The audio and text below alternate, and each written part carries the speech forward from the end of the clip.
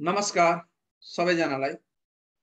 हरेक वर्ष जस्तै यसपालि पनि म उपस्थित भइसकेको छु। यो मोनेटरी पोलिसी नेपाल राष्ट्र बैंकले जुन आज जारी गरेको छ त्यसको एनालाइसिस लिएर विशेष गरी मोनेटरी पोलिसीले विभिन्न सेक्टरमा प्रभाव परे पनि हाम्रो मुख्य फोकस चाहिँ शेयर बजारमा कस्तो प्रभाव पर्छ, मोनेटरी पोलिसी जुन आएको छ अब यसले पर्सि आइतबारको बजारदेखि लिएर अगाडिका बजारहरूमा कस्तो असर गर्ला, पोजिटिभ नेगेटिभ असर कस्तो गर्ला भन्ने विषयमा विगत एक वर्षदेखिको भिडियोहरू हरेक 3-3 महिनामा जुन रिभ्यू पनि आउने गर्छ त्यसका भिडियोहरू मैले आफ्नो युट्युब च्यानल फाइनान्स मन्त्रमा राखेको छु। सबै भिडियोहरू हेर्नको लागि यो च्यानललाई सब्स्क्राइब गरिदिनु होला।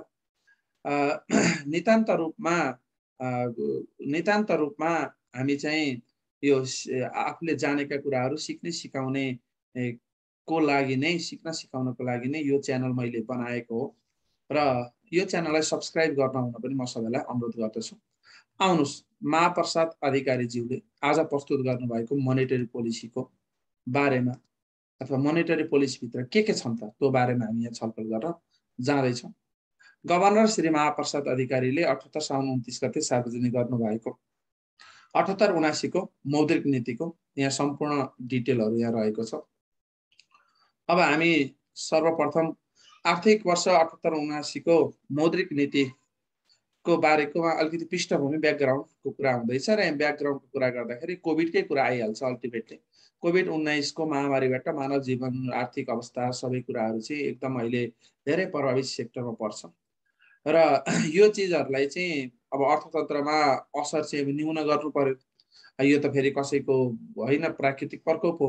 न्यून गर्नका लागि विभिन्न कार्यक्रमहरू गरिएका छन् र त्यसले गर्दाखेरि चाहिँ अहिलेसम्म यसपालि गत वर्षको प्रभाव चाहिँ आर्थिक तथा वित्तीय स्थायित्व कायम नै भएको छ। त्यसमा केही अवस्था चाहिँ केही अन्डर कन्ट्रोलै छ, आउट अफ कन्ट्रोल गएको छैन भन्ने कुरा यहाँबाट भावबाट झल्किन्छ। र मुद्रास्फीति पनि विदेशी विनिमयको सञ्चित सुविधा र मुद्रास्फीति पनि सीमाभित्र रहेको छ, अनकन्ट्रोल छैन। हामीसँग पर्याप्त रूपमा विदेशी मुद्रा विनिमय सञ्चित छ, फरेन एक्सचेन्ज रिजर्भ छ र मुद्रास्फीति पनि हामीसँग आफ्नो कन्ट्रोल अथवा आउट अफ कन्ट्रोलमा गएको छैन, नर्मल लेभलमै छ भन्ने कुरा यहाँबाट हामी बुझ्छौँ। र कर्जाको ब्याज दर एकल अङ्कमा घटेको छ, यो त राम्रो चिज थियो पोहोरदेखि नै। र यो यसले गर्दाखेरि चाहिँ व्यवसायको सञ्चालन लागत जुन कस्ट अफ फन्ड हुन्छ अथवा कस्ट अफ डेप्ट हुन्छ त्यसमा त्यो चाहिँ एकल अङ्कमा भएको हुनाले खासै धेरै त्यति ठुलो प्रभाव परेको छैन। सञ्चालन लागतमा चाहिँ के आछ भन्दा अलिकति कमी नै आछ घट्या हुनाले। र भुक्तानी प्रणाली विकास र आधुनिकीकरणमा पक्कै पनि सहयोग पुगेको छ। अब तपाईँ हामीले पनि अहिले चाहिँ डिजिटल माध्यमहरूबाट पेमेन्ट अत्याधिक धेरै गरिरहेछौँ क्यासमा भन्दा। यो चिजहरू चाहिँ हामीले प्रत्यक्ष रूपमा देखि पनि रहेका चिजहरू छौँ। र अब त्यस्तै यहाँनिर अर्को कुरा गरिएको छ, यति हुँदाहुँदै पनि खोपको उपलब्धता सहज नहुनु र पर्यटन क्षेत्रहरूले गर्दा आर्थिक पुनरुत्थान गति भन्ने चाहिँ अलिक ढिलै छ। त्यो जति छिटो अथवा जति हामीले प्रयासहरू त गरिरहेका छौँ तर त्यही पनि हाम्रो गति चाहिँ अलिक कमै छ, बिस्तारै छ भन्ने कुराहरू आछन्। पर्यटन क्षेत्र चाहिँ अति प्रभावित रहेको छ। साँच्चै पनि पर्यटन, विदेशी पर्यटनहरू अहिले यहाँ घुम्नलाई यस्तो बेलामा आउने कुरा पनि भएन र यस्तो कुराले अब वित्तीय स्थायित्वमा चाहिँ प्रभाव निकै पर्छ भन्ने कुरामा चाहिँ हामी एकदम चनाको छौँ भन्ने कुराहरू यहाँ गरिएको छ। र यसै कुराहरूलाई चाहिँ कन्टिन्यू अथवा के थियो पहिले, यसपालि के छ र आउँदो वर्ष के हाम्रो प्रारूप के हुनुपर्छ भन्ने विषयमा नै मोनेटरी पोलिसी बनाइने हो। र अब अन्तर्राष्ट्रको स्थिति के छ त, विदेशतिर के छ अवस्था भन्ने कुरा गरिएको छ। 2020मा चाहिँ संसारभरिकै विदेशमा चाहिँ विश्व अर्थतन्त्र चाहिँ 3.2% सङ्कुचन गएको थियो भने 21मा चाहिँ विस्तार हुने अनुमान गरिएको छ। अब यसको फाइनल रिपोर्ट यहाँ लेखिएको छैन। अब यहाँ अब विस्तार हुने अथवा पोजिटिभ कुराहरू यहाँ गरिएको छ। 2020मा चाहिँ 4.6% सङ्कुचन भएको विकसित मुलुकको अर्थतन्त्र 21मा 5.6% विस्तार हुने प्रक्षेपण गरिएको छ। हामीले सबै चिज हेऱ्यौँ भने विगत वर्षमा 2020मा चाहिँ अवस्थाहरू सबै अलिकति नराम्रा इन्डिकेटरहरू भएका र 21मा चाहिँ अनुमान राम्रो गरिएको भन्ने कुराहरू लेखिएको छ। तपाईँले सबै हिसाबले हेऱ्यो भने जस्तै इन्डिया र के अरे चाइना र इन्डियाको पनि ग्रोथ चाहिँ 8.1 र 9.5% रहने अनुमान 2021मा गरिएको छ, अनुमान गरिएको छ। अब यसरी नै सबै चिजहरू चाहिँ 2021मा चाहिँ अनुमान गरिएको छ। पेट्रोलियम पदार्थको मूल्य यो चाहिँ अलिकति इम्पोर्टेन्ट चिज हो। 2020 मा पेट्रोलियम पदार्थको मूल्य 32.7% कमी आएकोमा 21 मा आएर 56.6% वृद्धि भएको छ। हामी पनि देखिरहेको छौँ पेट्रोलको मूल्य कहाँ 95-96 रुपियाँसम्म आइसकेको पेट्रोलको मूल्य अहिले बढेर 128-29 रुपियाँ पुगेको छ। यो चाहिँ हाम्रो सिस्टम समायोजन सिस्टममा हुनाले र मैले यसमा किन अलिक फोकस गर्न खोजेको भन्दा यसले चाहिँ प्रत्यक्ष रूपमा यो पेट्रोलियम पदार्थको मूल्यमा भएको वृद्धिले इन्फ्लेसनलाई चाहिँ प्रत्यक्ष रूपमा टेवा पुग्छ, इन्फ्लेसन वृद्धि हुन्छ। र अब यसमा राजस्वको परिचालन अर्को कुरा गरिएको छ र के अरे यो सहजीकरण पुनरुत्थानमा लक्षित सम्पत्ति खरिद, पुनर्कर्जा, दीर्घकालीन कर्जाहरू उपकरणहरू ल्याएको थियो राष्ट्र बैङ्कले। अहिले हामी हेर्छौँ त्यसले कति के अनुमान गरिएको थियो र कति के त्यो अनुसारको काम भयो, त्यो चाहिँ प्रगति चाहिँ राम्रै भएको छ। त्यो अहिले हामी हेर्दाखेरि तल थाहा पाउँछौँ डिटेलमा। अब आर्थिक स्थितिमा चाहिँ समष्टिगत आर्थिक स्थितिमा आर्थिक वृद्धिको कुरा गरिएको छ। हाम्रो केन्द्रीय तथ्याङ्क विभागले 77-78 मा 4.01% विस्तार हुने अनुमान गरेको छ। अनुमान गरेछ, अहिलेसम्म कति भयो भन्ने कुरा आएको छैन, तर 76-77 मा चाहिँ सङ्कुचन भएको छ नेपाल। 77-78 मा कुल ग्रास्त उत्पादन, कुल ग्रास्त बचतको अनुपात 6.6 र राष्ट्रिय बचतको अनुपात यति प्रतिशत अनुमान गरिएको छ। अघिल्लो वर्षहरूमा यति थियो। यसरी नै अब हरेक सेक्टरहरूमा हरेक चिजहरूमा चाहिँ हाम्रो अनुमान 2021 मा राम्रै रहेको छ। अब यो 2021 मा अथवा यो गत वर्षमा के भयो भन्ने कुरा चाहिँ अब डाटा आइसकेपछि थाहा होला। र अब मुद्रास्फीति चाहिँ 7% सीमाभित्र राख्ने लक्ष्य रहेकोमा 77-78 मा अघिल्लो वर्ष यो चाहिँ 3.6 मा कायम भएको छ। भनेपछि मुद्रास्फीति चाहिँ अन्डर कन्ट्रोलै रहेको देखिन्छ। सरकारी खर्च, राजस्व, आन्तरिक ऋण परिचालन, अब यी ऋण परिचालन सरकारी खर्चहरू कति के भयो भन्ने कुरा पनि यिनीहरूको डिटेलहरू यहाँ दिइएको छ। सरस्वती हेर्दाखेरि नर्मल्ली नै छ, पहिली जति नै हुन्थ्यो त्यही अनुपातमै भएको छ, त्यस्तो धेरै डेभिएसन केही पनि छैन। वैदेशिक व्यापार, विप्रेसन, आप्रवाह, शोधान्तर स्थिति, किन भन्दा बजारमा यो चिजले चाहिँ अलिकति प्रभाव पर्छ। म अलिकति विप्रेसनमा जान्छु। निर्यात बढेर 141 अर्ब पुग्यो 77-78 मा। आयात बढेर 1549 अर्ब 84 करोड पुगेको छ। व्यापार घाटा 27.3% बढेको छ। विदेशी आप्रवाह 9.8% बढेको छ र विदेशबाट आउने पैसा चाहिँ अलिकति बढेछ, रेमिटेन्स बढेछ। विप्रेसन आप्रवाह भनेको रेमिटेन्सको इन्फ्लो बढेछ भने व्यापार घाटा भनेपछि तपाईँले ट्रेडिङमा चाहिँ अलिकति धेरै पैसा विदेशी मुद्राहरू धेरै पुगेन, त्यो कुराहरू आछ।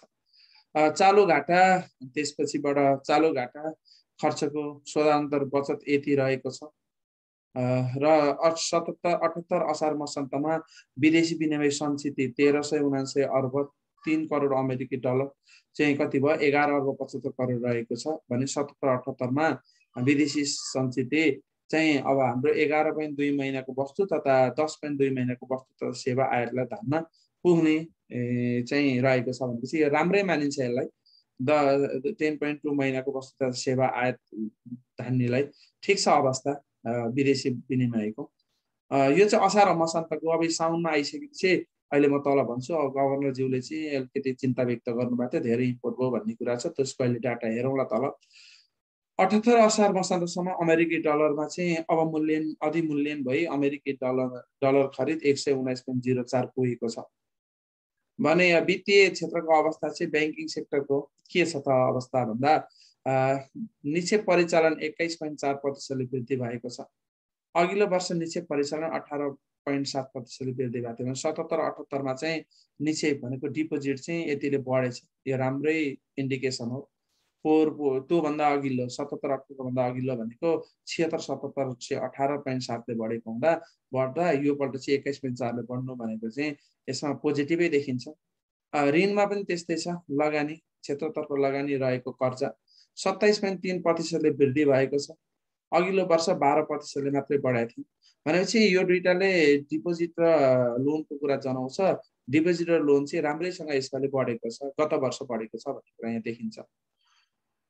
र लघु वित्त समेतको चुक्ता पुँजी अब क्यापिटलमा पनि 10.8% ले ओभरअल इन्डिकेटर ओभरअल चाहिँ यतिले क्यापिटल बढेको छ बैंक तथा वित्तीय संस्थाहरूको लघु वित्त समेत गरेर। त्यो चाहिँ राम्रै बोनस सेयर गएछ। एभरेजमा 10% बोनस सेयर गएछ भनौँ, त्यसरी भन्दा पनि भयो। क्यापिटल बढ्ने भनेको बोनस सेयर अथवा एफपिओले हो। नर्मली अघिल्लो वर्ष एफपिओ त्यति आएको छैन। 78 असार मसान्त वाणिज्य ब्याङ्कको पुँजी कोष पर्याप्तता अनुपात 14.1%। अब यहाँ डाटाहरू दिएका छन् र 78 असार मसान्त वाणिज्य ब्याङ्कको निष्क्रिय कर्जाको अनुपात 1.5%, विकास ब्याङ्कको 1.5 यति रहेको छ 77 मा। भनेपछि हेर्नुहोस् त निष्क्रिय कर्जा त घटेछ, निष्क्रिय कर्जा घटेछ भने राम्रै चिज यहाँ देखिरहेको छ। निष्क्रिय कर्जा चाहिँ यहाँबाट यति घटेछ 77 असार भन्दा 78 असारमा, चाहिँ यो राम्रो इन्डिकेसन हो। पैसा उठेछ कोभिडमा पनि।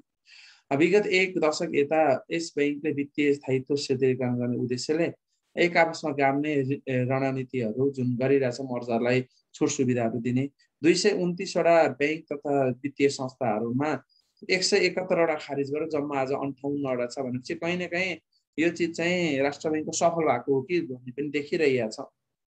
योभन्दा अगाडिको रिभ्यूमा पनि हामीले त्यही देखाएको थियौँ। बी र सी क्लासको बिएफआई अथवा डेभलपमेन्ट ब्याङ्क र फाइनेन्सलाई चाहिँ ए क्लासमा गाड्दा ट्याक्स सुविधाहरू नदिने भन्ने कुरा देखिएको थियो। भनेपछि राष्ट्र ब्याङ्क कहीँ न कहीँ 58 ठिकै छ भन्ने कुरामा चाहिँ बी र सीको लागि चाहिँ ठिक छ अहिले भएको अङ्क भन्ने कुरा चाहिँ हो कि भन्ने हामी बुझ्छौँ योबाट। अब ए क्लासमा चाहिँ अब अहिलेसम्म सुविधाहरू दिएका र ए क्लास चाहिँ घटाउने नि भन्ने रणनीतिमा राष्ट्र ब्याङ्क गइरहेको छ।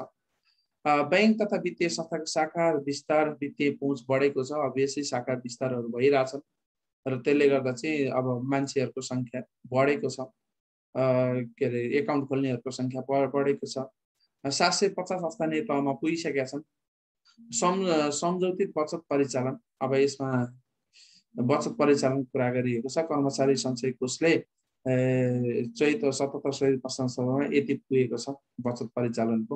नागरिक लगानी कोषको पनि, बिमा कम्पनीहरूको पनि बचत गर्दै परिचालन गर्ने कुराहरू चाहिँ यसरी बढेको छ भनेर यहाँ देखिएको छ स्रोत र परिचालनको। अब हामी मुख्य विषयवस्तुमा सेयर बजारको बारेमा हामी मुख्यतः यसकै इर्दगिर्द रहेर यसैमा चाहिँ हाम्रो मुख्य छलफल रहिरहेको छ सधैँभरि।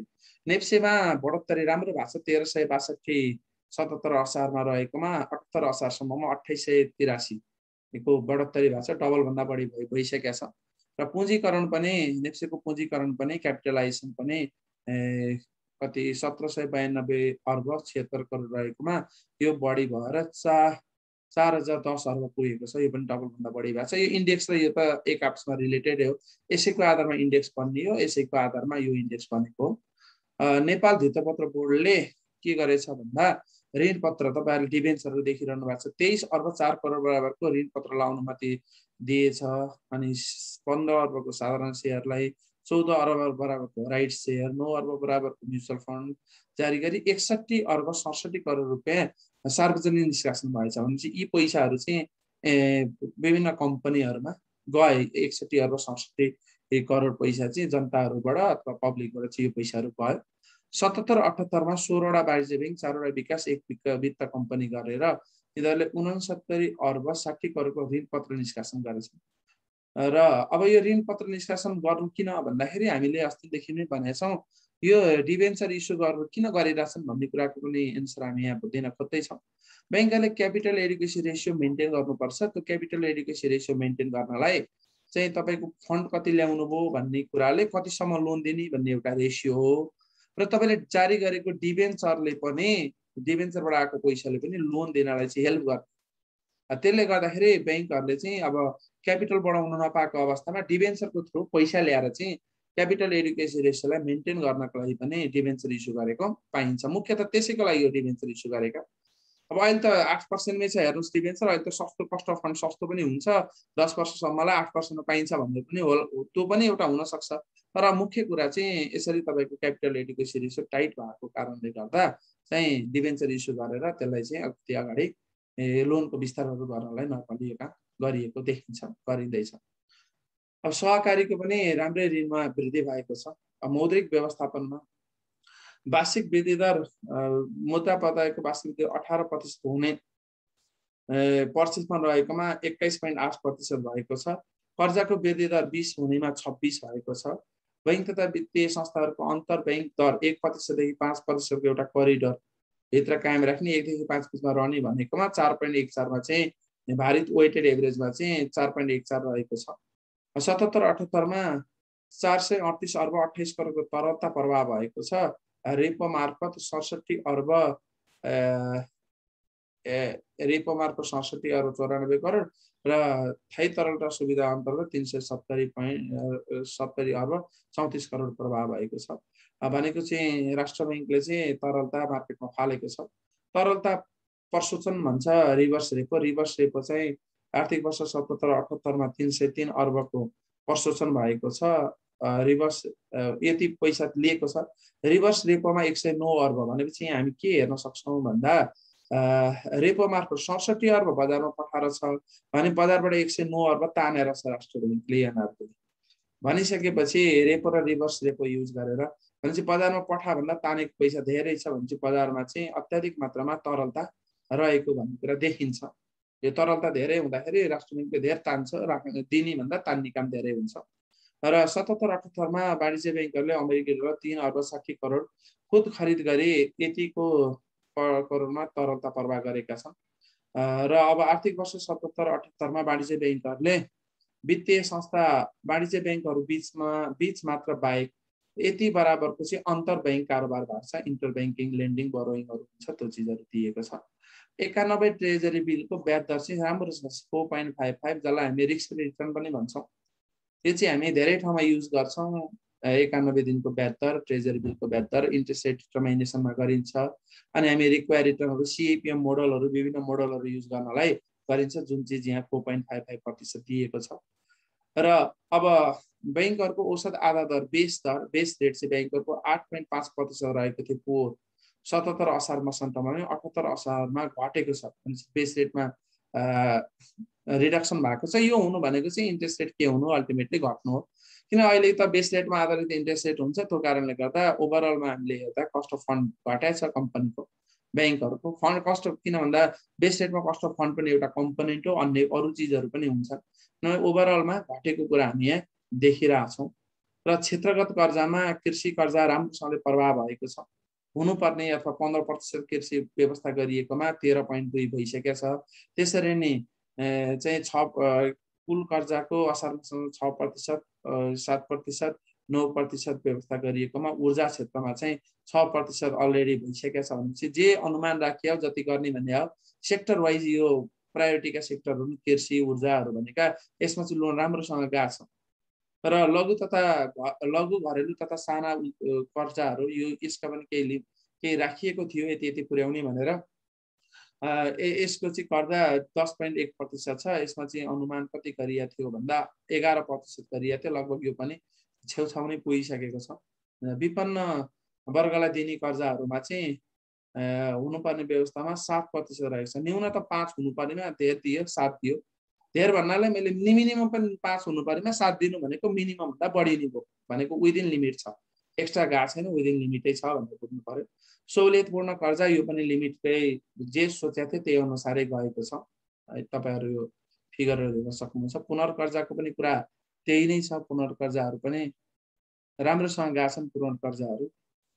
अब यो चिजहरू सबैले गर्दा चालु पुँजी गर्दा भनेको यो चाहिँ करेन्ट एक किसिमको वर्किङ क्यापिटल लोन हो। वर्किङ क्यापिटल लोनहरू पनि खर्चाहरू त एकदम अघि हामीले देखिहाल्यौँ ओभरअलमा राम्रै छ। यो एक पोइन्ट अमाउन्टमा जानुभन्दा ओभरअलमा कर्जाको अवस्था ठिक छ। ग्रेस अवधि थप गरिएको छ। अब कतिलाई राष्ट्र बैंकले दिएको थियो ग्रेस अवधि थप गरिएकोमा चाहिँ तपाईको कतिलाई थप गरिएको थियो, कतिको थप भएको छ भन्ने कुराहरू छ। यो खासै टोटल अमाउन्टको धेरै ठुलो हिस्सा छैन, सानो हिस्सा छ। हामी यसरी बुझौँ, अमाउन्टमा जानुभन्दा कर्जा भुक्तानीको अवधि थप, जुन कर्जा भुक्तानीको अवधि थप गरिएको छ त्यसको पनि अमाउन्ट सानोतिनो अमाउन्टहरूमा त्यसरी थपहरू गरिएको छ। व्यवसाय निरन्तरता कर्जामा कति लोन गएको छ, खासै ठुलो फिगर छैन, 73 करोड त गएको छ व्यवसाय निरन्तर कर्जा, जुन चाहिँ पर्यटन घरेलु साना उद्योगहरूलाई दिने गरेको थियो कोभिडको कारणले। आर्थिक परिदृश्य अब यसमा अलिकति हामी फोकस छौँ, हामी यसमा अलिकति जाउँ। कति कर्जा कति गयो भन्ने कुरा ओभरअलमा हामीले देखियो, सोचे अनुसारै गाह्रो छ भन्ने कुरा हामीले बुझियो। अब यो चाहिँ अर्थतन्त्रको विस्तार, विश्व अर्थतन्त्रको विस्तार 21 मा 6%, 22 मा 4.9 ले अनुमान गरिएको छ। विकसित मुलुकमा यति, त्यसपछिबाट अन्य उदयमान मुलुकमा 4.7 को मुद्रास्फीति रहने अनुमान गरिएको छ आउँदो वर्षलाई। यो चाहिँ यो विश्व अर्थतन्त्रको कुरा देखिएको छ।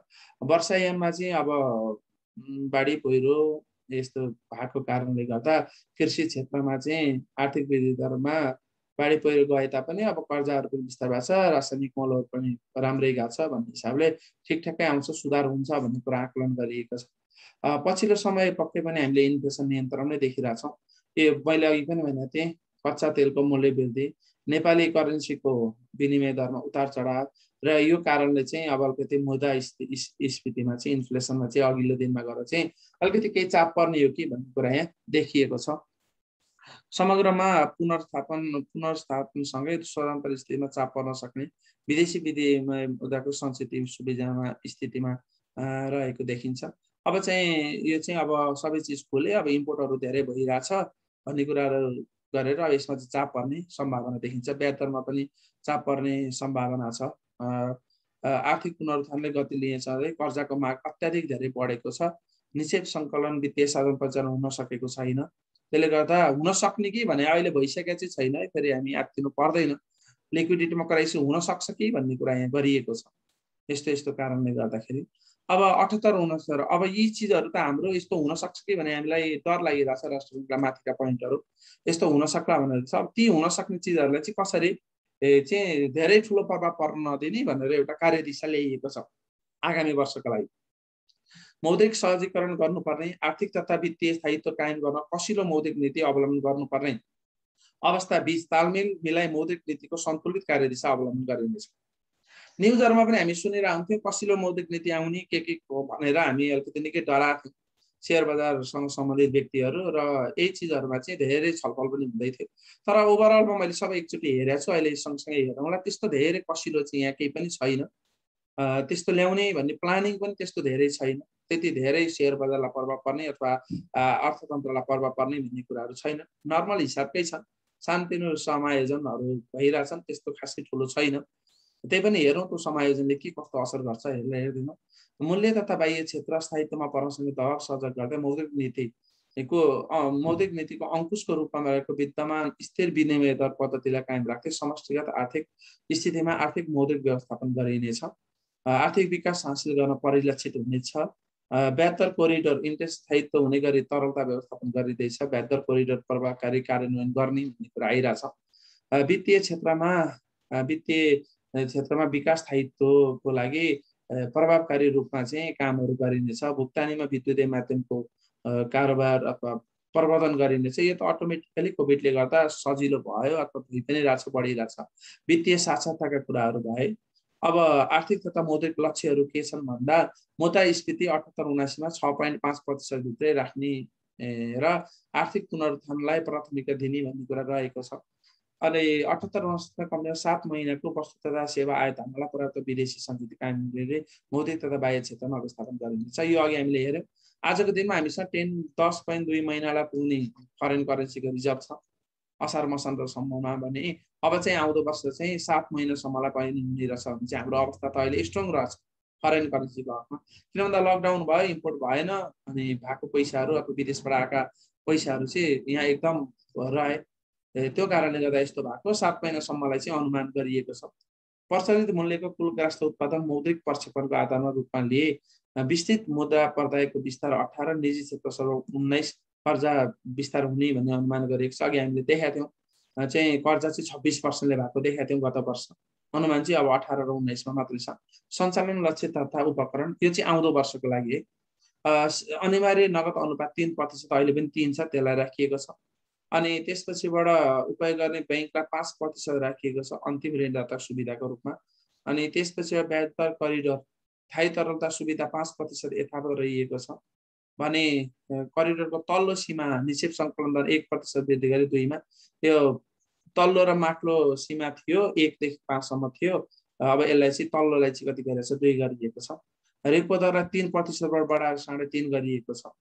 खुला बजारलाई थप सक्रिय बनाई ब्याज दर करिडोरलाई व्यवस्थापन प्रभावकारी बनाइन्छ। अलरेडी ब्याज दर करिडोर भनेर आइसकेको छ, त्यसलाई चाहिँ इम्प्लिमेन्टेसन राम्रोसँग गरिँदैछ भनेर छ। यो वैधानिक तरलता भनेको एसएलआर भन्छ, यो चाहिँ पहिले पनि यही थियो, सेमै रहेको छ, यसमा कुनै चेन्ज भएको छैन। अब यो चाहिँ के छ भन्दा वाणिज्य ब्याङ्क अतिरिक्त वाणिज्य ब्याङ्कहरूका अतिरिक्त वाणिज्य ब्याङ्कहरूले त डिभेन्चर इस्यु गरि नै रहेको थिए है, ऋणपत्र। त्यसको अलावा विकास ब्याङ्क, वित्त कम्पनी र थोक कारोबार गर्ने लघु वित्त जस्तै साना किसान यसको एक्जाम्पल हो। साना किसान विकास ब्याङ्क थोक कारोबार गर्ने संस्था समेत आफ्नो सुत्ता पुँजीको 25% ऋणपत्र जारी गर्ने व्यवस्था मिलाइएको छ। यसको मतलब हामीले जुन सोचिरहेको थियौँ अथवा बजारमा हल्ला थियो डेभलपमेन्ट ब्याङ्क फाइनान्स त्यसपछिबाट माइक्रोले क्यापिटल बढाउँछ अथवा राइट सेयरको कुरा आउँछ भन्ने कुरा गरेका थियौँ। अब यसरी यो चाहिँ तपाईलाई यो दिइसकेपछि के अरे ऋणपत्र अथवा डिबेन्चर इस्यु गर्ने अनुमति दिइसकेपछि यस्तो व्यवस्था गरिसकेपछि तत्काल राइट सेयरको चाहिँ कुरा नहोला। किन भन्दा राइट सेयर किन चाहियो भन्दाखेरि व्यापार विस्तार गर्नलाई चाहियो हो। व्यापार विस्तार गर्नलाई तपाईँको क्यापिटल एडिसन टाइट हुन्छ, त्यसले गर्दा चाहिएको हो। त्यो चिज चाहिँ डिबेन्चर इस्यु गरेर व्यवस्था गरिसकेपछि 25%सम्मलाई बढाउनलाई, आफ्नो आजको क्यापिटलको 25%सम्म बढाउनलाई यो व्यवस्था गरिसकेपछि हामीले जुन सुन्दै आएका चिजहरू चाहिँ यसको मतलब मैले यो भने होइन कि हुँदैन भने होइन कि यो मोनेटरी पोलिसीबाट चाहिँ यो 3टा सेक्टरलाई पनि वाणिज्य ब्याङ्कलाई त अलरेडी थियो, यो 3टा सेक्टरलाई पनि के रह्यो भन्दा राइट सेयरको सम्भावना चाहिँ अलिक कमै देखियो। किन भन्दा राष्ट्र ब्याङ्क चाहिँ यतातिर जानु भनेर बाटो देखाइदियो। अब ब्याङ्कहरूले अथवा डेभलपमेन्ट ब्याङ्क, वित्त कम्पनी हामीले सुने हुन्थ्यो डेभलपमेन्ट ब्याङ्क एसोसिएसनले अब हामी बिजनेस बढाउन नपाउने, हामीलाई बिजनेस बढाउन राइट सेयर दिनुहोस् भन्ने कुराहरू जुन माग गरिएको थियो त्यसलाई चाहिँ यसरी एड्रेस गरिएको छ। उहाँहरूको डिमान्डलाई चाहिँ यसरी एड्रेस गरेपछि तत्काल राइट सेयरको चाहिँ सम्भावना नरहेको कुरा यहाँबाट थाहा हुन्छ। मैले विशेष गरी यस्तै पोइन्टमा नै डिस्कस गर्न खोजिएको हो। यहाँ हामी यहाँ इकोनोमिक्स अथवा सबै कुरा हेर्नुभन्दा पनि यसले प्रत्यक्ष रूपमा सेयर बजारलाई चाहिँ के प्रभाव पर्छ भन्ने विषयमा हाम्रो मुख्य विषयवस्तु रहेको छ। हामी यसमा छलफल गर्दै आएका छौँ र त्यही चिजलाई चाहिँ मैले यहाँ अहिले कन्टिन्यू गरिरहेको छु। र यसले गर्दा हामी अल्टिमेटली के कुरा देख्यौँ भन्दा राइट सेयर चाहिँ अब अलिकति अहिलेको अवस्थामा आउला भन्ने जुन अनुमान गरिएको थियो यसलाई चाहिँ रेड सिग्नल दिएको छ राइट सेयरलाई।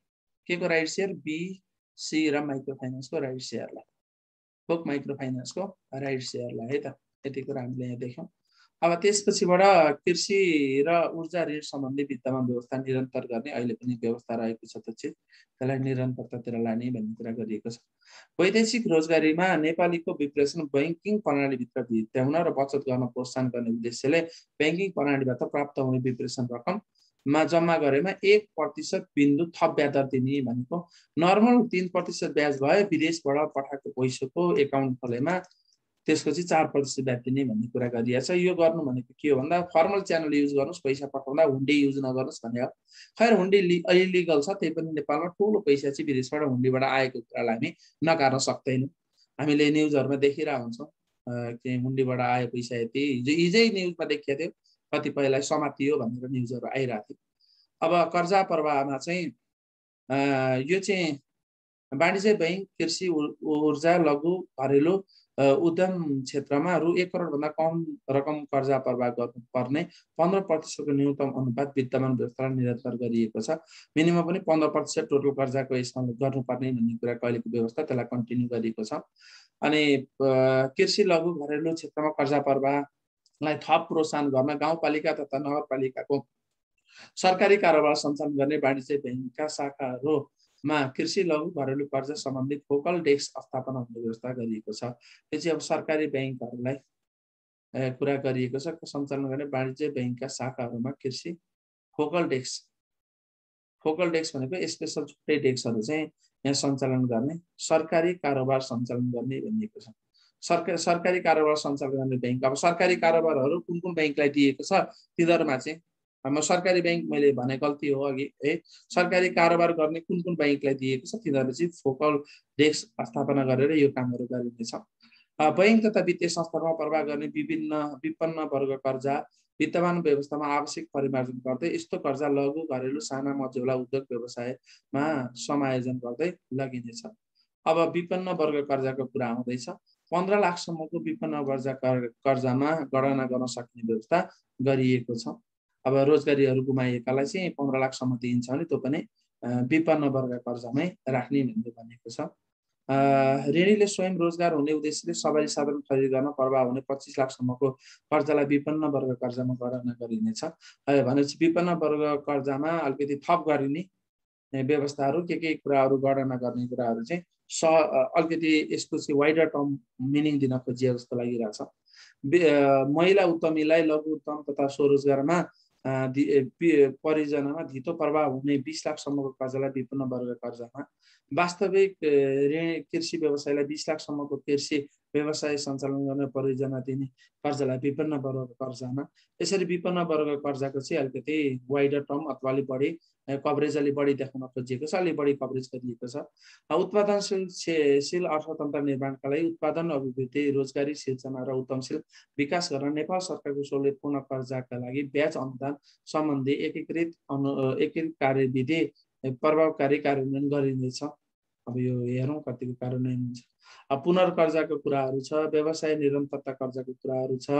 अब यो पार्टी प्यालेस, व्यायामशाला, सिनेमा हल, मनोरञ्जन यिनीहरूलाई त अब एकदम बन्द छ, सबभन्दा धेरै सङ्कटग्रस्त हो। पर्यटन, सञ्चार, यातायात, अब यिनीहरूलाई चाहिँ निरन्तरता कर्जाको चाहिँ व्यवस्था गरिएको छ। अब कर्जा भुक्तानी थप अनि पुनर्संरचना पुनर्तालिकामा केही व्यवस्थाहरू गरिएको छ।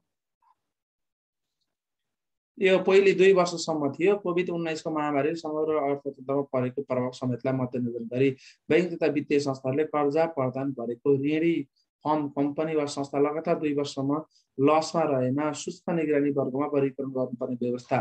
पहिले 2 वर्षमा लसमा रह्यो भने सूक्ष्म निगरानीमा राख्नु पर्थ्यो। अब त्यसलाई 3 वर्ष गरिएको छ। भनेपछि 1 वर्षले त यो कोभिडकै कारणले हो भनेर त्यो चाहिँ सुविधा दिएको छ 3 वर्षसम्म भएकोलाई।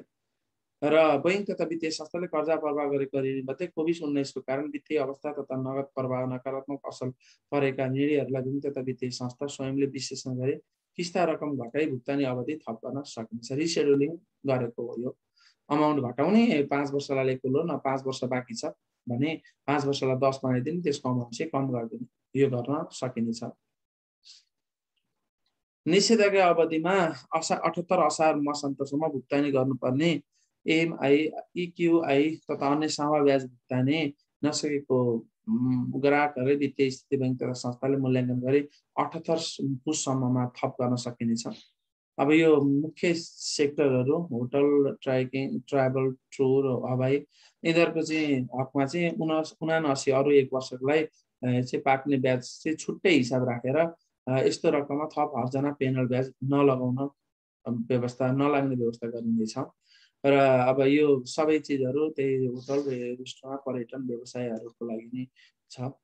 अब यहाँ अर्को कुरा छ, सार्वजनिक यातायात, जुन सार्वजनिक यातायातहरू छन् त्यसलाई रिपेयर गर्नलाई 2 लाखसम्मको चाहिँ अलरेडी दिएको कर्जामा अरू 2 लाख थप्ने व्यवस्था गरिएको छ। गाडी थत्रिसक्यो, बिग्रिसक्यो, अब चलाउनलाई रिपेयर गर्नुपर्ने हुन्छ, पैसा छैन, अनि यो मागलाई सम्बोधन गरिएको हो। ठिकै छ यो पनि। अब सिसिडी रेसियोको चाहिँ कन्सेप्ट हटाइएको छ र सिडी रेसियो ल्याइएको छ। अब यो खैर आइसकेको चाहिँ अरू बढी डिटेलमा हेरौँला के रहेछ भनेर। बैंक तथा अब अहिले म प्राइम अफिसी कुरा गर्छु। असार मसान्तसम्ममा कर्जा निक्षेप अनुपात अधिकतम 90% कायम गर्नुपर्ने व्यवस्था गरी विद्यमान कर्जा स्रोत परिचालन सिसिडी रेसियो खारेज गरिएको छ। अब सिडी रेसियोको त एकदम सिम्पल फन्डा भयो। मैले 100 रुपियाँ यदि लोन 90 रुपियाँ लोन दिएको छु भने 100 रुपियाँ डिपोजिट भए 90 रुपियाँ लोन दिनुपर्ने भन्ने कुरा मात्रै हो सिडी रेसियो। पहिले सिसिडी थिए, यसमा चाहिँ क्यापिटलहरू पनि गणना हुन्थ्यो। सिसिडीमा क्यापिटलको पनि पोर्सन गणना हुन्थ्यो र यो चाहिँ अब सहज पनि भयो क्यालकुलेसन गर्न। यो नामबाट मैले भनेको अब यसको डिटेलहरू त आउला, के गणना गर्ने, कसो गर्ने। पुँजी कोष र पुँजी कोष अङ्गको रूपमा रहेको ऋण पत्र बाहेक ऋण पत्र सापटी उपरोक्त बमोजिम कर्जा निक्षेप अनुपातको संयोजन गर्न सकिने व्यवस्थाको पनि गरिनेछ। ऋण पत्रलाई पनि चाहिँ यसमा समायोजन गर्न सकिने व्यवस्था गरिएको छ। भने चाहिँ पहिले सिसिडीमा आउँथ्यो ऋण पत्र भन्ने, अब यसमा पनि सिडीमा पनि आउने भन्ने कुरा गरिएको छ। पुँजी कोष र पुँजी कोषको अङ्गको रूपमा रहेको, मैले सिसिडी गलत भन्ने, पुँजी कोष भनेको क्यापिटल एडिक्वेसी रेसियो क्यालकुलेसन गरेर हामी पुँजी कोष निकाल्छौँ। टियर 1 क्यापिटल भनेर निकाल्छौँ, अथवा टियर 2 क्यापिटल, टोटल क्यापिटल भनेर निकाल्छौँ राष्ट्र बैङ्कको डाइरेक्टिभ अनुसार। त्यसमा चाहिँ अब ऋण पत्र र सापटीलाई पनि के गर्ने, कर्जा निक्षेप, यो त पक्कै पनि पुँजी कोष अन्तर्गतै थियो ऋण पत्र, अघि नै मैले माथि पनि भनिसकेँ भने। अब कर्जा निक्षेप अनुपात भनेको यो कर्जा निक्षेप अनुपातमा पनि यो चाहिँ राख्न मिल्ने भएको छ। भनेको मतलब डिबेन्चरबाट ल्याएको पैसाको पनि 90 रुपियाँ बराबर लोन दिने, 100 रुपियाँ डिबेन्चर ल्याउनु भयो भने 90 बराबर लोन दिन पाउने भन्ने व्यवस्था राख्ने भन्ने कुरा प्राइम अफिसी बुझिन्छ। खैर यो बारेमा राष्ट्र बैंकले अब यो त व्यवस्था गरिनेछ भने पछि सर्कुलर जारी गर्दाखेरि फेरि अन्य कुराहरू थप घटहरू हुन सक्छन्। यो डिटेलमा चाहिँ अहिले प्राइमा फेसी मैले भनेको यो डिटेलमा चाहिँ यहाँ कन्सेप्ट चाहिँ यो डिटेल विस्तृत विवरण चाहिँ अब डाइरेक्टिभ आइसकेपछि त्यहाँबाट थाहा हुन्छ। त्यसको हरेक क्यालकुलेसनका पाटाहरू पनि दिएका हुन्छन्। 1 अर्बभन्दा बढीको कर्जा लगानी गर्दा अनिवार्य रूपमा सहवित्तीयकरण कन्सोर्टियम भन्छौँ हामी अङ्ग्रेजीमा, यसमा जानुपर्ने व्यवस्थालाई 2 अर्ब पुर्याइएको छ भनेको मतलब नेपालका ब्याङ्किङ सेक्टरहरूमा ग्रोथ भयो भन्ने कुरा जनाइएको छ। नेपालका ब्याङ्किङहरू एकदम स्ट्रङ हुँदै गयो भन्ने कुरा थाहा भयो। पहिले 1 अर्बभन्दा बढी एउटै ब्याङ्कले दिन नपाउनु, अब 2 अर्ब पुर्याइएको छ। अब इन्टरनेटको कुराहरूलाई विशेष पुनर्कर्जा अनि तोकिएको कर्जा अनुपात एकमुष्ट रूपमा तोकिएको क्षेत्र अनुपात असरलाई दृष्टिगत गरी तोकिएको कर्जा अनुपात एकमुष्ट रूपमा पुरा गरे हुने व्यवस्था गरिनेछ। ब्याज पुँजीकरण गर्नलाई पूर्व स्वीकृति प्राप्त ग्रेस अवधिमा रहेको निर्वाधीन आयोजना 79 असार मसम्म पाकेको ब्याज पुँजीकरण गर्न सक्ने अवस्था रहेको छ। अब यो कोभिडको कारणले ग्रेस अवधि चाहिँ ग्रेस अवधिमा त हामी इन्ट्रेस्टलाई क्यापिटलाइज गर्थ्यौँ। अब यो 79 असार मसम्म चाहिँ त्यस्तो प्रभावित आयोजना छ भने त्यहाँसम्मलाई चाहिँ ग्रेस अवधि चाहिँ एक्स्ट्रा दिएको छ। फलफुल तथा जडीबुटी लगायत दीर्घकालीन कृषि परियोजनामा प्रभाव हुने कर्जाको ग्रेस अवधिमा पाकेको ब्याजलाई ब्याङ्क तथा वित्तीय संस्थाले पुँजीकरण गर्न सक्ने व्यवस्था मिलाइएको छ। अब यी सबै क्यापिटलाइजेसन गर्न सक्ने कुराहरू भए अब अगाडि अलिकति हेरौँ हामी ठ्याक्क यस प्रभाव पर्ने मेन पोइन्टमा हामी अलिकति डिटेल डिस्कसन गरौँ। अब सेयर धितो कर्जाको मैले कुरा कहाँ देखिरहेको थिएँ त्यसमा आउँछु। अब यो महामारी रोगको लागि कोभिड उत्पादनको लागि खोप उत्पादन गर्ने उद्योगका लागि आधार दरमै ब्याज दरमै कर्जा उत्पादन गराउन दिने अनि त्यसपछिबाट ऋण सहजीकरण नीतिगत व्यवस्था गर्ने बैंक तथा वित्तीय संस्थाबाट सेयर धितोमा प्रभाव हुने मार्जिनल प्रकृति कर्जामा तोकिएको विद्यमान कर्जा धितो मूल्याङ्कन अनुपात यथावत रहेको छ। यो अलिकति प्रभाव पर्ने कुरा अहिले 70% छ। यो 70% चाहिँ सेम रहेको जानकारी गराइएको छ, सेम राख्ने भन्ने कुरा गरिएको छ। यो चाहिँ अलिकति नयाँ पोइन्ट थपिएको छ, यसको थोरै एनालाइसिस म गर्न चाहन्छु। बैंक तथा वित्तीय संस्थाहरूबाट सेयर धितोमा प्रभाव हुने मार्जिन प्रकृतिको कर्जा जोखिम न्यूनीकरण गर्दै साना लगानीकर्ताको पहुँच अभिवृद्धि गर्ने अभिप्रायले यस्तो कर्जा एक व्यक्ति वा संस्थाले एक वित्तीय संस्थाबाट अधिकतम 4 करोड भन्छ। एकजना व्यक्ति अथवा एउटा कम्पनी एउटा संस्थाले एउटा कम्पनी भनेको XYZ भन्ने ब्याङ्कबाट म्याक्सिमम 4 करोड मात्र लिन पाउने र समग्र वित्तीय प्रणालीबाट अधिकतम 12 करोड भनेपछि ए भन्ने ब्याङ्क बी भन्ने ब्याङ्क सी डी ई सबै गरेर समग्रबाट एकजना व्यक्तिले चाहिँ 12 करोड मात्रै।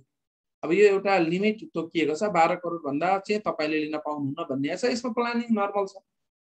अब अहिले यति नै हेर्ने हो भने अब राष्ट्र ब्याङ्कले भोलि कसरी ल्याउला, राष्ट्र ब्याङ्कलाई इनपुट पनि हुनसक्छ यो चिज। यसमा हुन सक्ने प्लानिङ आफ्नो नाममा 12 करोड लिने, वाइफको नाममा 12 करोड लिने, छोराको नाममा 12 करोड लिने, के अब सेयरै राखेर लिने हो। अहिले भएको छ भने स्प्लिट गराइदिने, आफ्नो सेयर बेच्ने, वाइफको नाममा किनिदिने त्यही सेयर, अर्को कसैको नाममा किनिदिने। खासै अलिकति प्लानिङ चाहिँ हुनसक्छ। अब यसलाई चिजलाई नियम मात्रै बनाएको हो कि साँच्चै कडा गर्न खोज्या भन्ने कुरा चाहिँ अब डाइरेक्टिभबाट हामी थाहा पाउन सक्छौँ, डाइरेक्टिभ कुन किसिमले आउँछ। 19बाट प्रभावित विभिन्न पेसामा संलग्न पेसागत व्यवसायले निश्चित सीमासम्म कर्जा उपलब्ध गराउने व्यवस्था गरिएको छ। अब यो चार्जिङ स्टेसन को लागि आवश्यक चार्जिङ स्टेसन पुनर्कर्जा उपलब्ध गराउने, 100 बेडसम्मको अस्पताल स्थापना गर्न सहज रूपमा कर्जा व्यवस्था गरिने, व्यावसायिक तालिमका लागि कर्जा सहज रूपमा गर्ने, स्वदेशी कच्चा पदार्थलाई सहजीकरण गर्ने। अब यी चिजहरू पहिलेदेखि चलिरहेका चिज हुन्, गर्ने भन्ने छ, गरिए पनि छ धेरै केसहरू। अब यो विभिन्न कानुनहरूलाई चाहिँ अब परिमार्जन गर्ने, रणनीतिक रूपमा अगाडि बढ्ने, स्वस्फूर्त रूपमा गाभिने प्रक्रिया सहभागी हुन प्रोत्साहन गर्ने। अब अर्को एउटा मुख्य विषयवस्तु छ यो मर्जरको लागि आछ। मर्जरको लागिमा अहिले जे व्यवस्था छ त्योभन्दा विद्यमान व्यवस्था भन्दा बाहेक थप सुविधा 2080 असार माससम्म गरिनेछ। अब तोकिएको क्षेत्रमा कर्जा प्रवाह गर्ने अवधि 1 वर्ष थपिनेछ। राष्ट्र ब्याङ्कले तोक्या छ यो सेक्टरमा यति लोन दिनु भनेर, खैर हामीले माथि देख्दाखेरि लगभग एभरेजमा त्यतिको आसपास थाहा छ। तर यदि कुनै स्पेसिफिक ब्याङ्क अथवा वित्तीय संस्थाले गरेको छैन भने मर्जरमा जानुभयो भने तपाईँलाई 1 वर्षसम्म त्यसको छुट अथवा त्यो नगरे पनि तपाईँलाई सुविधा दिने भनिएको छ। एकीकृत कारोबार गरेको 1 वर्षसम्म अनिवार्य नगद मौजात सीमामा 0.5% बिन्दुले छुट प्रदान गर्ने।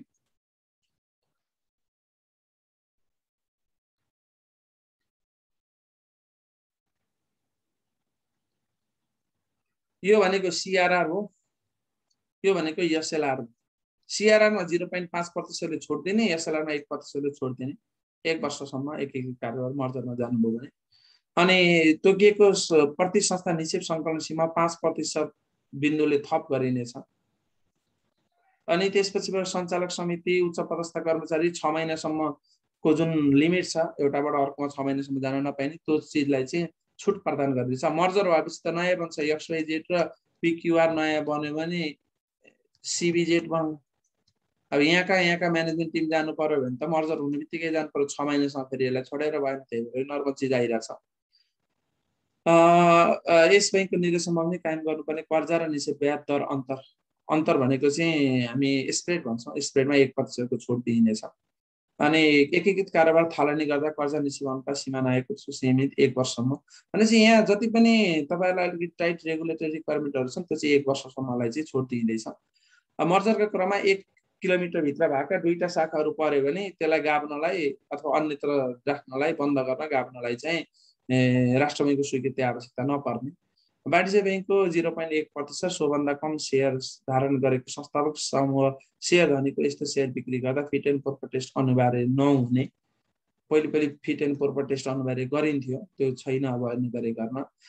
समस्याग्रस्त घोषणा गरिएका विकास बैंक वित्त कम्पनीलाई इजाजत प्राप्त बैंक तथा वित्तीय संस्था प्राप्ति गरेमा उपरोक्त बमोजिम सुविधा तथा छुट दिइने छ।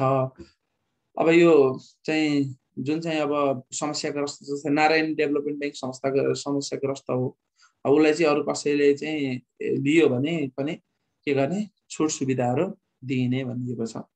मैले एक्जाम्पल मात्रै ल्याएँ। बैंक तथा वित्तीय संस्थाहरूको गाभिने कार्यलाई थपोत्साहित गर्न मर्जर प्राप्ति पश्चात संस्थापक सर्वसाधारण शेयर धारणा गर्ने शेयर धनीले रोजेको एक समूहबाट मात्रै सञ्चालकमा उम्मेदवारी दिन पाइने व्यवस्था गरिएको छ। कोही प्रमोटर पनि छ, पब्लिक शेयर होल्डिङ पनि छ भने एउटाबाट मात्रै भनेर भनिएको छ। प्रदेश स्तरमा सञ्चालित विकास बैंक एक आपसमा गाभिने प्राप्ति प्रक्रियामा संलग्न भई एकीकृत कारोबार सञ्चालन गरेमा कार्य क्षेत्रभित्र पाएको कुनै स्तरमा कर्पोरेट कार्यालय स्थापना गर्ने, प्रदेश राजधानी तथा काठमाडौँमा सम्पर्क कार्यालय खोल्ने पनि अनुमति प्रदान गरिनेछ। सुपरिवीक्षणको नियम रेगुलेटरी एन्ड सुपरभिजनको व्यवस्थाहरू के छ भन्दा यो काउन्टर साइक्लिक बर्डको अफर धेरै भयो, यो पोस्टपोन गरेको।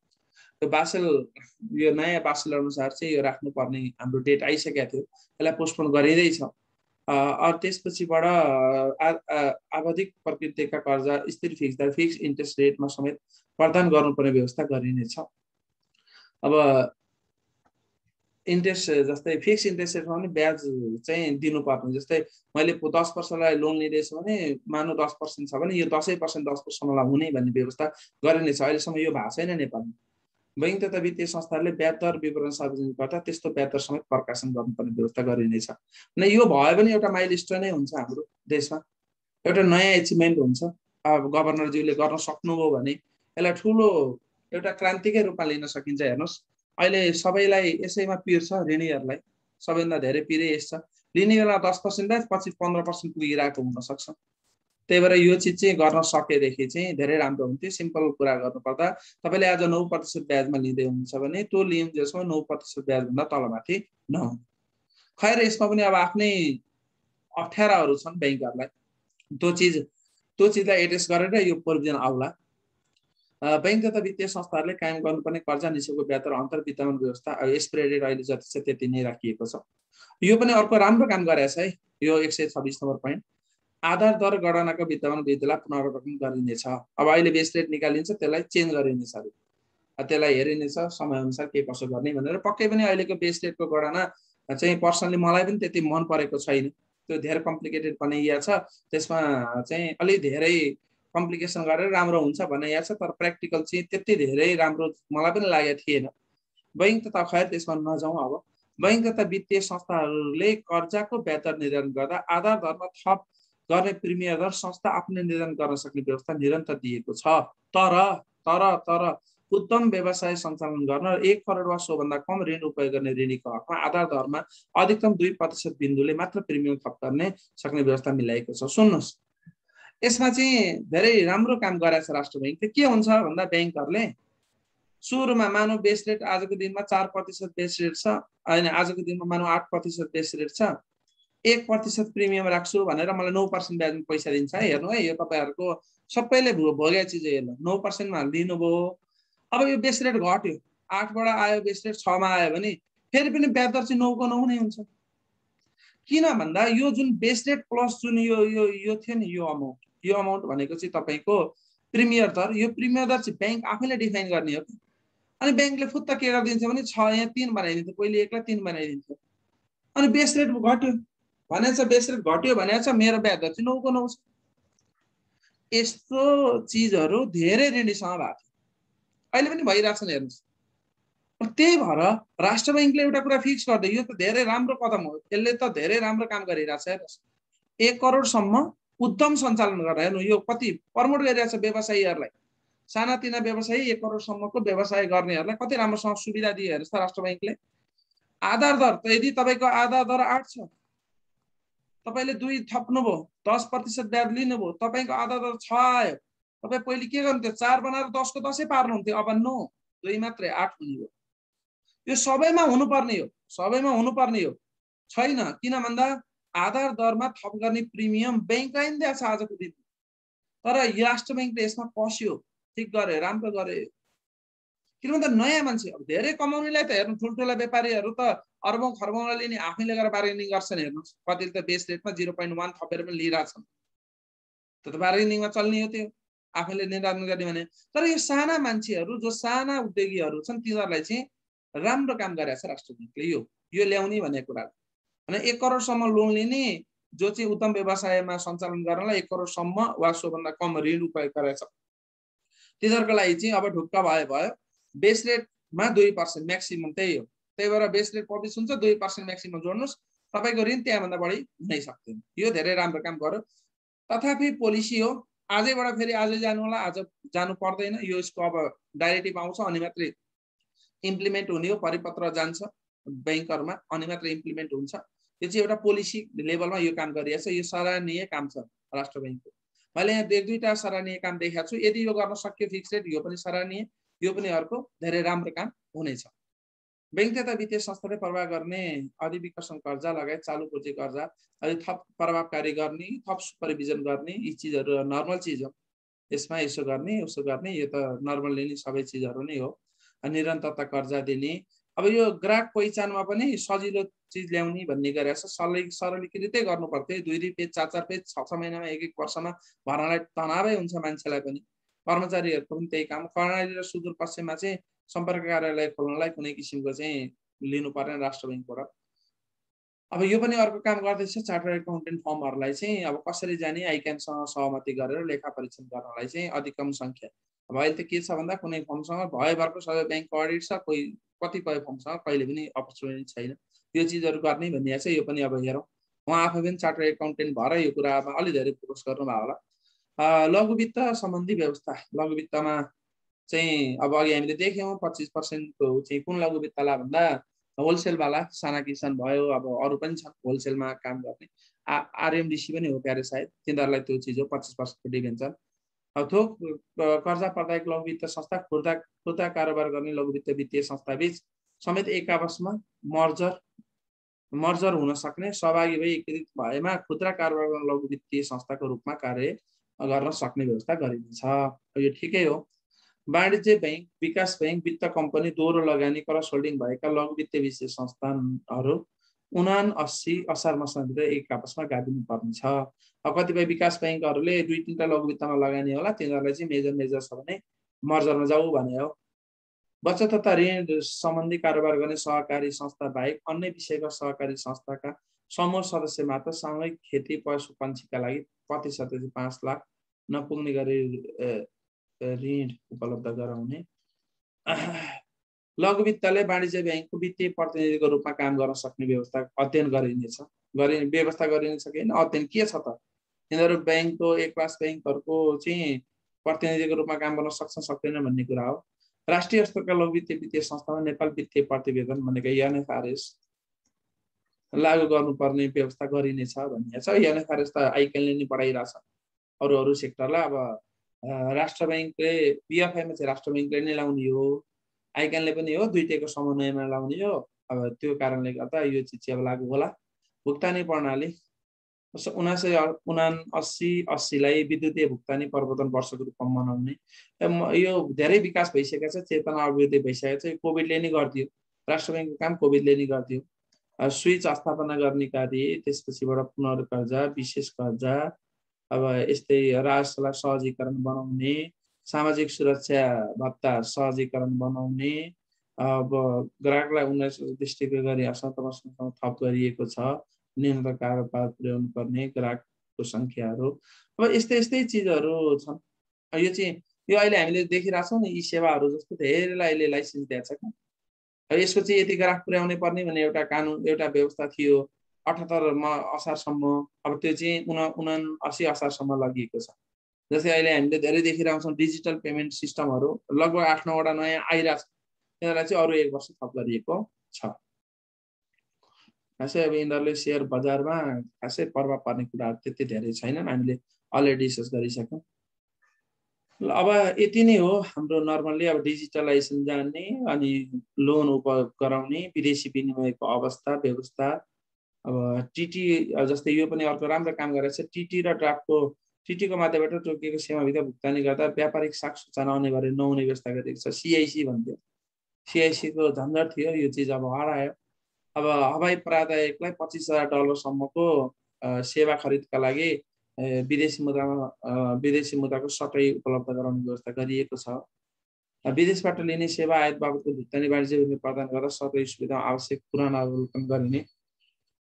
अब वित्तीय संस्थाहरूले चाहिँ बाहिरबाट धेरै पैसा तिरेर केही सामानहरू ल्याए भन्ने कुराहरूलाई छ। राष्ट्रिय प्राथमिकताका आयोजनाहरूलाई, अब यो नर्मलै चिजहरू छन्, कहाँ कसो गर्ने। यो तपाईँको चाहिँ अब विदेशी विनिमयको अवस्था अनुसार यसलाई धेरै तलमाथि गरिन्छ।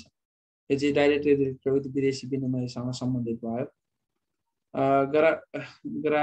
ग्राहक हित संरक्षण, ग्राहकहरूको हित संरक्षणको कुरा। अब एटिएम अपाङ्ग मैत्री बनाउनु पर्ने, ग्राहकहरू संरक्षण सम्बन्धी कानुन ल्याउने, गुनासो पोर्टल वेबसाइटमा राख्नु पर्ने, अनि यो केवाइसी कर्जा प्रवाह र केआइसीको पहिचान सम्बन्धी कागजातमा एकरूपता ल्याउनु पर्ने, अनि न्यून क्षेत्र ब्याङ्किङ वित्तीय सुविधा प्रणाली र सुदूरपश्चिममा चाहिँ विशेष व्यवस्थाहरू गर्ने। राष्ट्रिय जोखिम मूल्याङ्कन प्रतिवेदनले उल्लेखका उच्च जोखिम क्षेत्रहरूमा जोखिमको पहिचान मापन मूल्याङ्कन गरी विशेष अनुगमन र परिवेक्षण गर्ने। अन्त्यमा अब देशलाई चाहिँ आर्थिक स्थायित्व प्रदान गर्नलाई मौद्रिक नीति ल्याउने हो, त्यो चिजलाई चाहिँ कन्टिन्यू होस् भनेर त्यही कुरा गरिएको छ। वित्तीय स्रोत परिचालनको दायरा फराकिलो हुँदै उपलब्ध वित्तीय साधन, उत्पादन, अभिवृद्धि, रोजगारी सिर्जना, उद्यमशीलता र दिगो आर्थिक विकास हासिल गर्न परिचित भई उत्पादनशील अर्थतन्त्र निर्माणमा समेत सहयोग पुग्ने विश्वास गरिएको छ। भुक्तानी प्रणाली विद्युतीय कारोबारमा प्रवर्तन हुने कुरा लक्ष्य राखिएको छ। मौद्रिक उपाय अर्थतन्त्रमा समष्टिगत आर्थिक तथा वित्तीय स्थिति अनुरूप मौद्रिक उपाय नियामकीय व्यवस्थापनलाई समय सापेक्ष गतिशील बनाउन मौद्रिक नीतिको त्रैमासिक समीक्षा गरिनेछ। अहिले 3-3 महिनामा गरिरहेको छ, त्यो कन्टिन्यू रहनेछ। प्रस्तुत मौद्रिक नीति तर्जुमाको क्रममा महत्त्वपूर्ण सुझाव दिए विभिन्न व्यक्तिहरूलाई धन्यवाद दिएको छ। तपाईँहरू यो मौद्रिक नीति पीडीएफमा डाउनलोड गरेर 77-78 जुन गएको वर्ष छ नि, त्यसमा चाहिँ के थियो लक्ष्य र के भयो, कार्यान्वयन कस्तो भयो भनेर पोहोर सालको चाहिँ एकचोटि सर्व तपाईँहरूले आफैले पनि हेर्न सक्नुहुन्छ। के भयो, पोहोर साल अनुमान के गरिएको थियो, के भयो भन्ने कुराहरू त्यसरी पनि हेर्न सक्नुहुन्छ। र जाँदा जाँदै मैले समराइज गर्नुपर्दा लास्टमा सबै कुरालाई समेटेर भन्नुपर्दा अहिले सेयर बजारमा जे कुराहरू अलिअलि हल्ला चलेका थिए ती चिजहरू चाहिँ कतिपय चिजहरू आएको छैन। जस्तै डेभलपमेन्ट ब्याङ्क, फाइनान्स र माइक्रोलाई चाहिँ राइट सेयरका कुराहरू दिने भन्ने कुराहरू हल्ला आएका थिए, ती चिजहरू चाहिँ अब नरहेको भन्ने कुरा प्रष्ट हुन्छ। जब डिभेन्चर इस्यु गर्नलाई 25% चाहिँ डिभेन्चर इस्यु गरेर आफ्नो क्यापिटल अथवा टियर क्यापिटल जुन चाहिँ तपाईँको क्यापिटल एडुकेसन रेसियो क्यालकुलेसनमा युज हुन्छ, त्यो चाहिँ उताबाट बढाएर लोन विस्तार गर्नु भन्ने कुराहरू आएको छ। यो हुँदाखेरि त्यति सहजै अथवा सहज रूपमा हामीले जुन हल्ला सुनेको थियौँ त्यो चाहिँ होइन भन्ने कुरा यहाँबाट देखिएको छ। र अब मार्जिन लेन्डिङमा चाहिँ कडाइ गर्ने भन्ने कुरा सुनिएको थियो, त्यो पनि मार्जिन लेन्डिङमा 70% छ। र अब 12 करोडसम्म एकजना व्यक्तिले 12 करोडसम्मको लोन लिनु त ठुलै कुरा हो। 12 करोड केही छैन, एकजना व्यक्तिले 12 हो, आफ्नो वाइफको नाममा 12 हो, आफ्नो छोराको नाममा 12 हो, अर्कोको नाममा 12 हो। त्यसरी अब 1 अर्बसम्म अथवा परिवारकै व्यक्तिहरूको नाममा, नातेदारको यताउतिको नाममा परिवारकै व्यक्ति 4-5 जना 5 जना हुनुहुन्छ भने 60-70 करोड रुपियाँ लोन भन्दा कति लिनुहुन्छ एउटा मार्जिन लेन्डिङबाट। र गजब कुरा, मार्जिन लेन्डिङबाट लिएको लोन सेयर बजारमै आउँछ भने जरुरी पनि छैन, सेयरमा लगाउनु पर्छ भन्ने पनि जरुरी छैन। सेयर धितो राखेर लिने लोन हो के, यो चाहिँ हामीले बुझ्नु पनि जरुरी छ। हामी यसरी मिसकन्सेप्टमा नपरौँ। मार्जिन लेन्डिङबाट ल्याए पैसा चाहिँ सेयरमै लगाउनु पर्छ, सेयर बजारमा जाने होइन। सेयर मसँग छ सम्पत्ति, त्यो राखेर लिने लोनलाई मार्जिन लेन्डिङको कुरा यहाँ गरियो। त्यो चाहिँ एकजना व्यक्तिसँग 12 करोडसम्म लिन पाइने भन्ने हो। यति भन्दै समग्रमा नेगेटिभ कुरा केही छैन सेयर बजारको लागि। अब लिक्विडिटीको अवस्था देखिहाल्नुभयो, बजारमा पैसा तान्ने काम धेरै गरिरहेको छ राष्ट्र बैंकले दिने भन्दा भनेको बजारमा लिक्विडिटी प्रचुर मात्रामा छ। अनि गत वर्ष विदेशबाट आउने रेमिट्यान्समा पनि उल्लेख्य मात्रामा वृद्धि भएको छ। यी सबै कुराहरूलाई हेर्दाखेरि हामी यति सहज यदि नर्म तरिकाले अनुमान लगाउन सक्छौँ कि देशको अहिलेको आर्थिक अवस्था बेहतरदेखि लिएर लिक्विडिटी क्राइसिसको अवस्थाहरू छैनन्, बेहतर बन्ने अवस्था पनि छैन। समग्रमा हेर्दा सेयर बजारमा मुख्य प्रभाव पार्ने कुरा यिनै हुन्। यिनीहरू कुराहरूमा केही त्यस्तो गाह्रो देखिएको छैन। त्यही भएर सेयर बजार चाहिँ लाई चाहिँ पोजिटिभै हुने गरी अथवा नेगेटिभ नपर्ने गरी मोनिटरी पोलिसी आएको छ। सबैलाई फेरि पनि जाँदा जाँदै धेरै धेरै धन्यवाद यति सुनिदिनु भएको। Thank you, by by.